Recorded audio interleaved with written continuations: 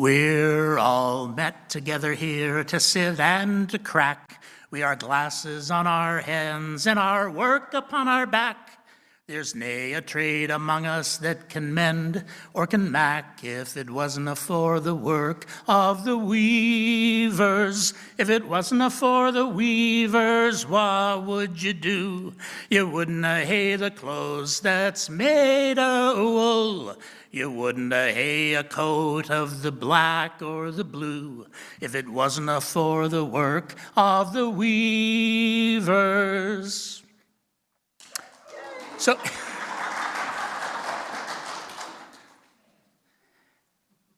that wasn't necessarily the correct response, but thank you anyway. So goes an old Scottish folk song from 2 centuries ago, although today it's sung mostly by Irish musicians. It was a working person's song, a trade guild song, up there with You Can't Scare Me, I'm Stickin' to the Union, a more recent composition. For many generations, my ancestors worked as weavers and tailors. My grandmother was a skilled seamstress who took in sewing after my grandfather died in order to supplement her meager pension. My great-grandfather was a tailor, trained in Norway, who set up shop alongside a cobbler in his home village in Iceland before immigrating to Canada as a young widower. My mother-in-law and her sisters worked in garment factories here in Winnipeg after they'd had their fill of picking sugar beets south of the city. And back in Germany, for generation after generation in the same village, my forebears were linen weavers, save for the occasional miller, brewer, and innkeeper.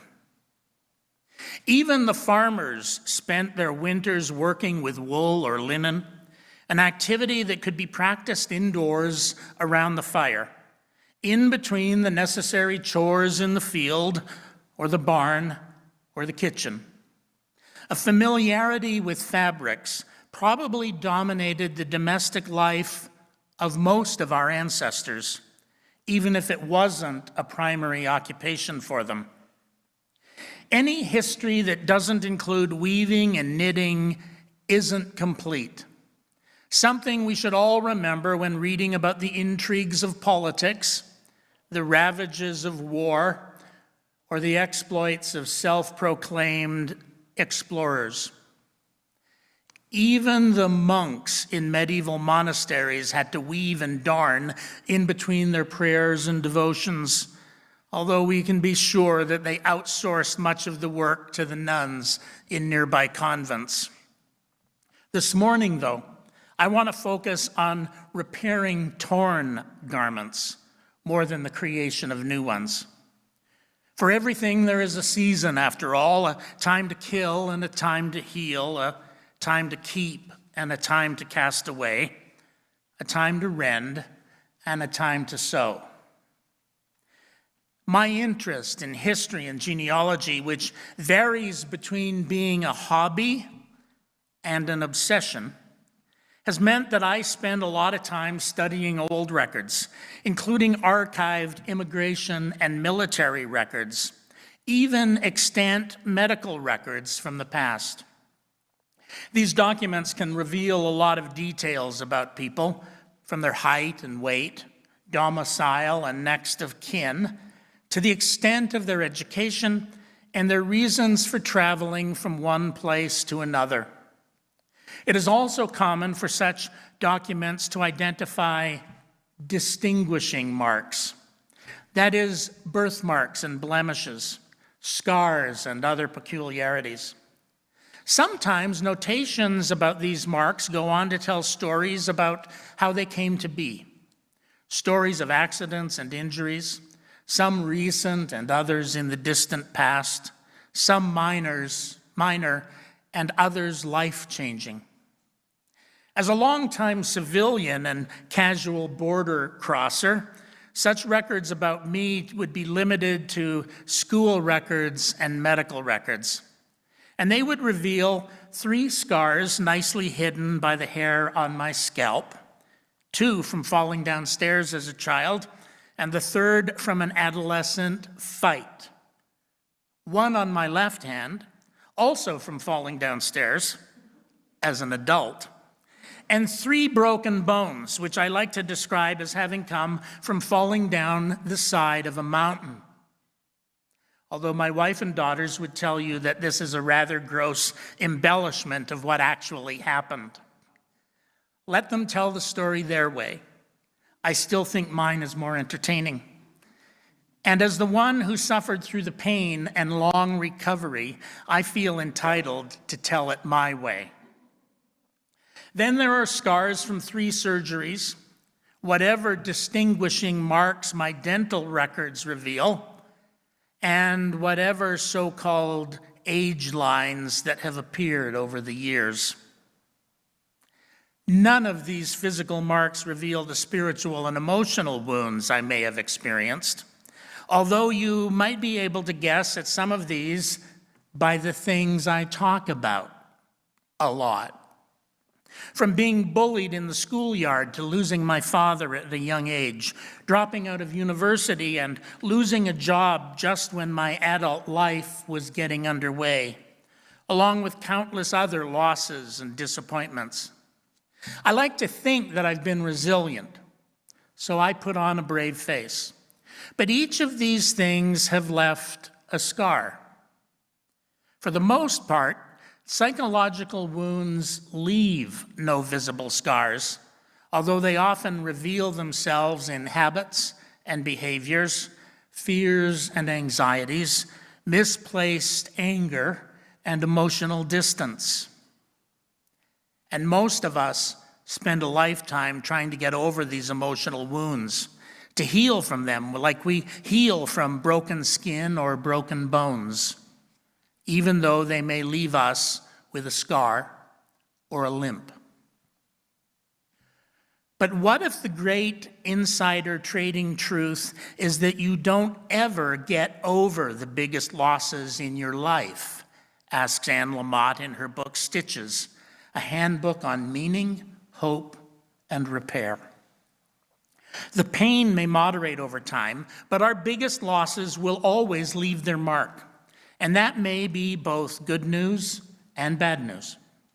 When I die, the people to whom I am closest should grieve forever, she maintains. They should never quite get over me. Otherwise, I will seem dead to them, no matter how close I may secretly be. We like to quote poets who say, "Do not stand at my grave and weep." I've done it myself. But that's because we don't want those we love to suffer as we have known suffering. That's noble. Yet suffering is inescapable.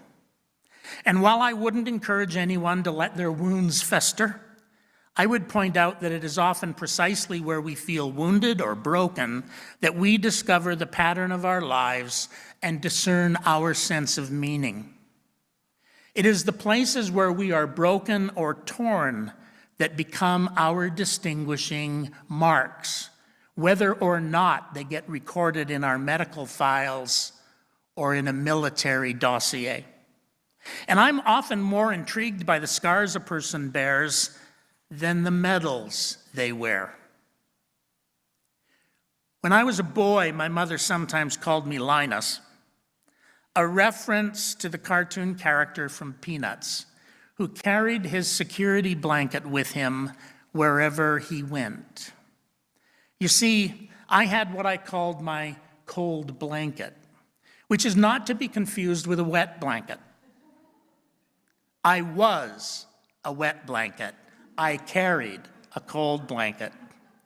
It was a blanket my maternal grandmother had made for me from a fabric that was cool to the touch. Oh, delightfully cool to the touch. I slept with it on the Chesterfield. I took it to bed, and I carried it with me when I went shopping or visited a neighbor. Fortunately for my well-being, when I started school, my mother forbade me from taking it with me. She knew what would happen. If I had been given to grandiosity, I might have called it my cape. Then I could have been Superman instead of Linus. But it was my cold blanket, and whatever Grandma may have used, I intuitively knew that it had been sewn with love. She was a gifted seamstress who sewed most of my clothes when I was a youngster. So I crawled and then strode through early childhood as though I had been dressed on Savile Row. I hated it until I didn't have it anymore, and then I longed for it. But my cold blanket was the pinnacle of her creation. I wish I could show it to you. It was the securest security blanket ever created, and I couldn't do without it. She had to repair it more than once, sewing in patches and reinforcing the seams. And sometime after she died, when I was just short of 7, my mother relined it, keeping a patch of it to give to me to carry in my pocket. She had found a piece of fabric in Grandma's stash, and she used it. I don't think I noticed until I wore it out again. You see, I wore it out not once but twice before my mother discarded it when I wasn't looking. Sometime around puberty, I think.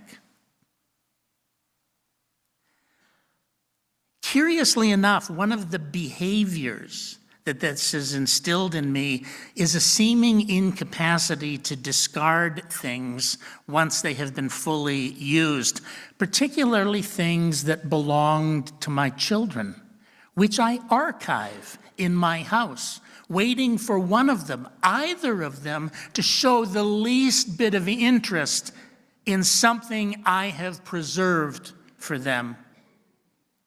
They don't. I was upset when I found out what Mom had done with my cold blanket, but by then I was too cool to admit it. Happiness is a warm blanket, Linus once declared, but I know that it was really a cool blanket, which was only warm because of the love that was stitched into it. Fortunately, I still have a ragged quilt that my grandmother made me, which used to keep me snug and warm in bed. And by ragged, I mean that most of the patches, arranged into floral-like circles of various fabrics, are worn at the seams. Some of them, many of them, are worn right off. I salvaged this treasure before my mother had a chance to discard it. But it's really a sorry sight to behold if you don't love it as I do. My mother was embarrassed by it, and so she made a new one, which I've been more careful with and worn more gently. But there's something about that one. I mean, this is beautiful. It's perfect. And this is my grandmother. I can't bring myself to have it repaired because that would feel like removing Grandma from the quilt, a work of art and a treasured keepsake. But neither can I bring myself to toss it away. And it's too small for our bed, so I've never had to worry about a showdown with Cindy by bringing it out. It simply rests folded up in the closet, and I take it out from time to time just to hold it in my lap. I suppose I've never quite gotten over Grandma, and I'm sure Anne Lamott would approve of my holding on to the ragged quilt especially now that the cold blanket is gone. If nobody wants it when I'm gone, and I'm pretty confident no one will, perhaps I can be wrapped in it as a shroud when I make my exit. At least then I can take it with me. For what it's worth, I still have one of my dad's tweed blazers, which never fit me, and several of his hats, which I do wear when the weather turns cold. And for several years after my brother Eric's death, I wore shirts I inherited from him until they were literally worn out. But I still have one hanging in the closet, alongside my dad's christening gown, which family lore says was made from my great-grandmother's wedding dress, and his Boy Scout uniform, along with a small plaid vest my grandmother sewed for me.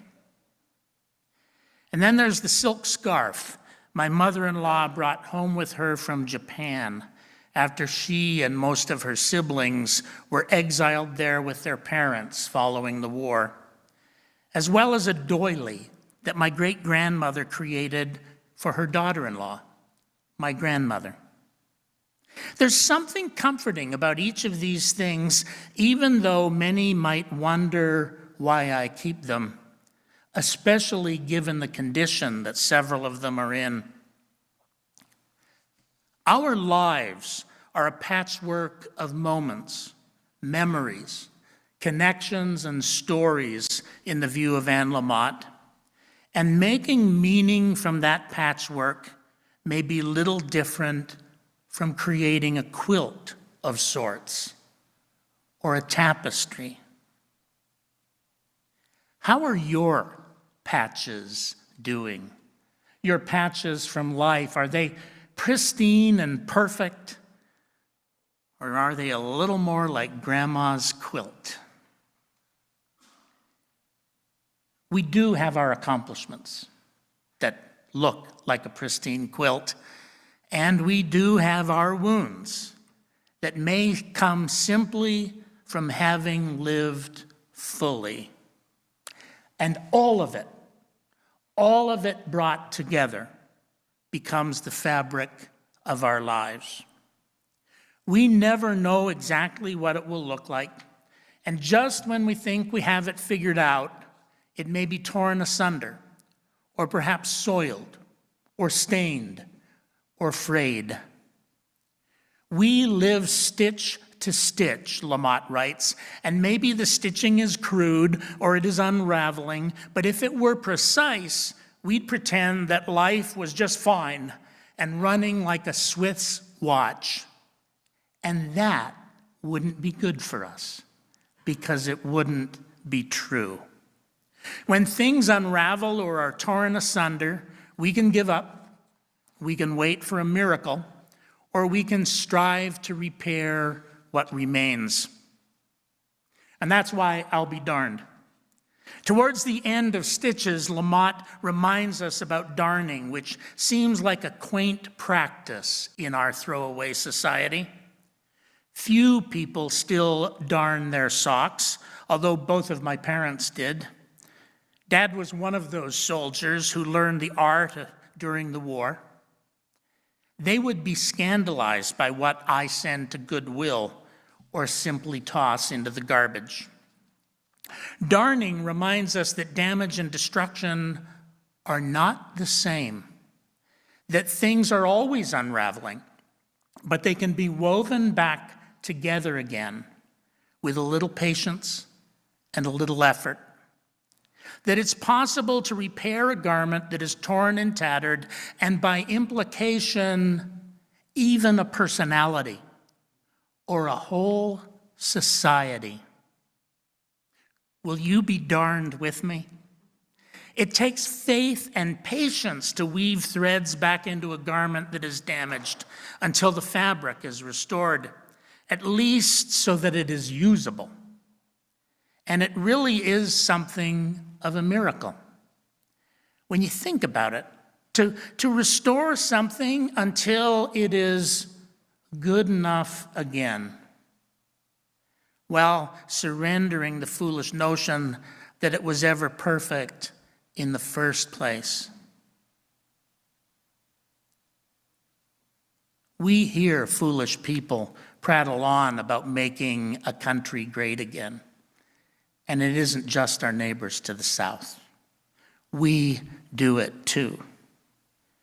Most of us, when we were younger, probably aspired to greatness of some sort. Perhaps fame, perhaps wealth, perhaps power. And as we stumble through life, we discover that towards the end of our days, on the downward slope of life, to be good enough again is, well, good enough. That if we can make it through life being good enough or good enough again, we will have lived well. If we can live in a country that is good enough again, we will live in a land that is doing well. And just as in days of old, the work of weaving and mending can be done on our own, or it can be done in the company of others.